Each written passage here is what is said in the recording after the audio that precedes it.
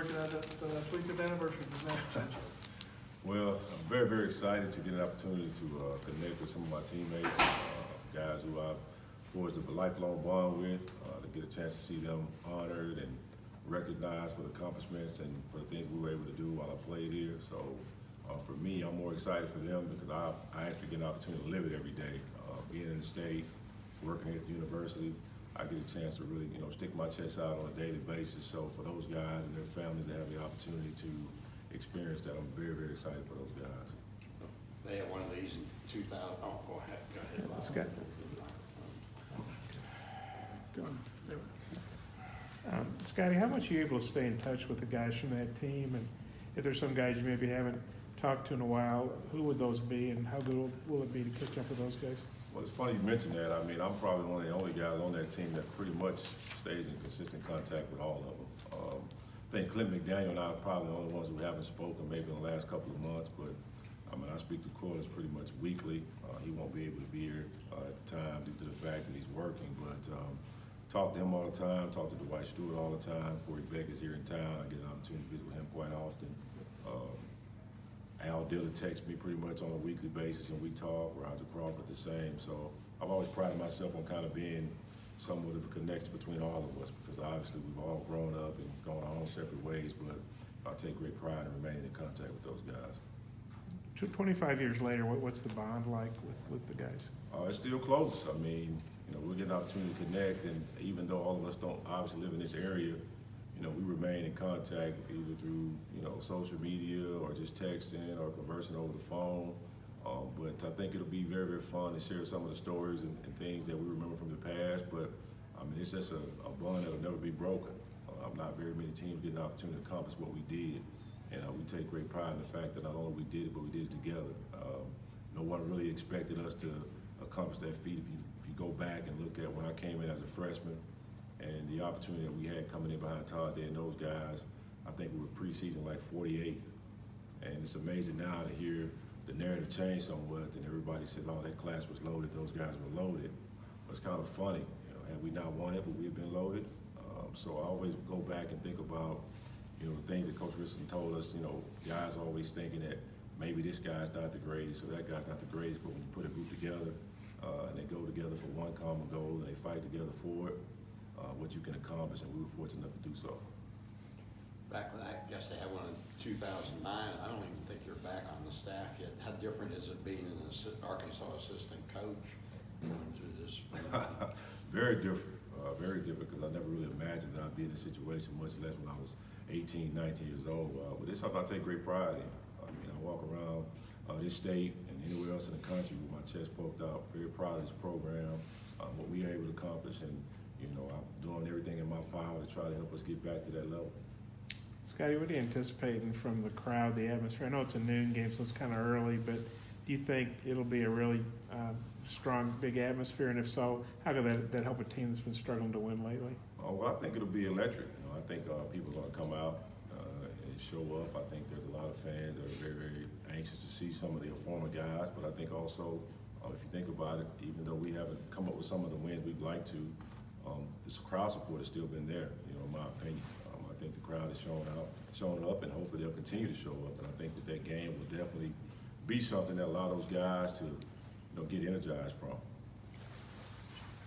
Being on the other side of it, how difficult, I mean, that's a great legacy, but how difficult it's been for future other teams since then to live up to it, and kind of having that standard set up, measured against? Well, I mean, I think it's definitely kind of like the elephant in the room.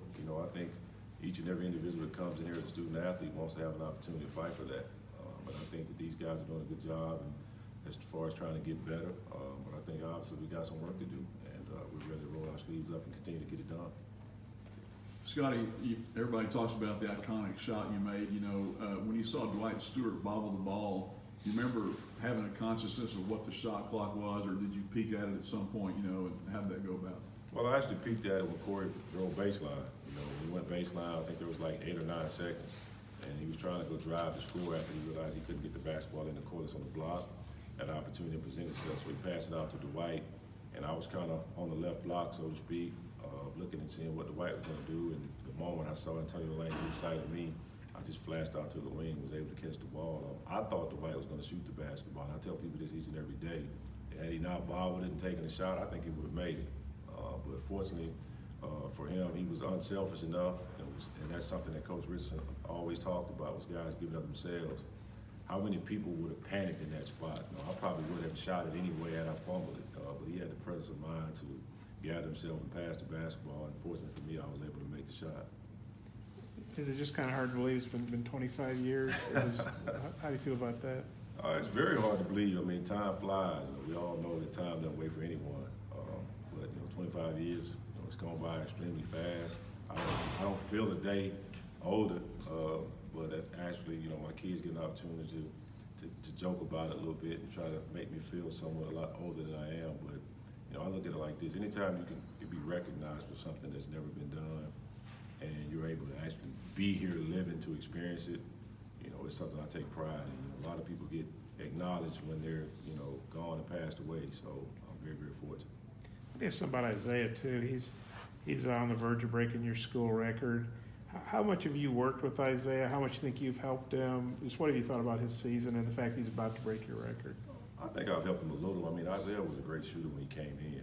I don't think there's any doubt about that. I think what I've been able to try to help him with is getting the game to slow down for him, understanding when he's open, when he's not, taking contested threes versus open threes, never really feeling rushed, as opposed to knowing when you can set your man up, whether it's coming off a screen, whether it's going to pick and roll in different situations. And him being as smart as he is, I like to think I probably just helped him a little bit, because I give a lot of credit to him. I mean, he's done a good job of coming in here and embracing what's been placed upon him. And being a freshman, he reminds me a lot of myself in just terms of his body type. But I think he's done a great job of just embracing his role, and he continues to try to give it to us each and every night, and I think he's to be commended for it. And he's probably going to break your record, barring something weird. What do you think about that? And you're going to help him do it too. I mean, I want to help him break some more. I'm not really into records. For me, when I was young and playing, that was a big deal for me. But now that my playing career is over, I hope he breaks every record ever set, because that means I'm doing my job and helping him get better. And that's my only focus, for Isaiah to get better, for our team to get better, and not so much as about me. I know you get asked a lot about the three-point shot. Does it ever, against Duke, does it ever get old? And if you saw that Zion Williamson play the other day, are you glad? Are you glad he wasn't the one trying to block that shot? Well, I probably would have got fouled if it would have been him. I probably just stood in there and just took the contact. But I'm very proud of the fact I was able to make the shot. But being a competitor and having played this game for so many years after playing college and even playing in high school before, I made a lot of big shots in my career. Very proud of that one, but I'd like to think I've made several more. So I don't really walk around each and every day being that concerned about it. But when you get recognized, you live in this area, people are going to bring it up, and I think it's something that it could be a lot worse if I missed it. If I missed it, people wouldn't have anything to talk about. So it doesn't really bother me.